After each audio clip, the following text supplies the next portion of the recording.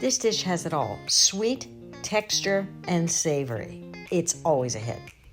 Red apricots are one of those things that when I grab them at the market, look at the price, I go, jeepers, that's a lot of money. But they're good to have on hand. They're going to be in this recipe, and also they're one of those things that you can put in the snack drawer and throw them in the kids' lunch too. Start by chopping the apricots and the onions. Then saute them in some oil. You're just going to soften them up a little bit. Then you add the Israeli or pearl couscous. And you want it to just get a little toasty.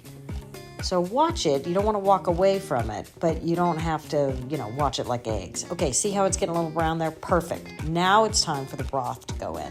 If you use vegetable broth, you've made a vegan dish, and that can come in handy with some friends.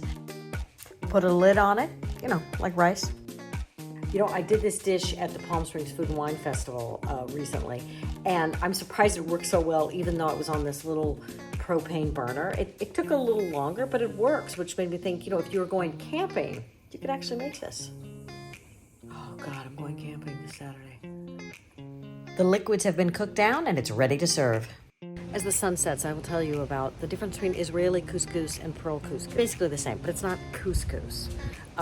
Israeli couscous was invented in Israel in the 50s because they didn't have enough rice, and it's made out of wheat, which is like pearl couscous, but this seems to be a less political name for it because that's more what I see in the stores now.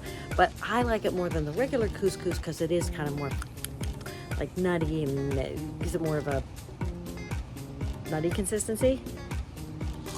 And it cooks really fast, and it's really fun. And a lot of people don't use it, so it makes people go a little like, yay! Whereas they might be like, pasta and rice again.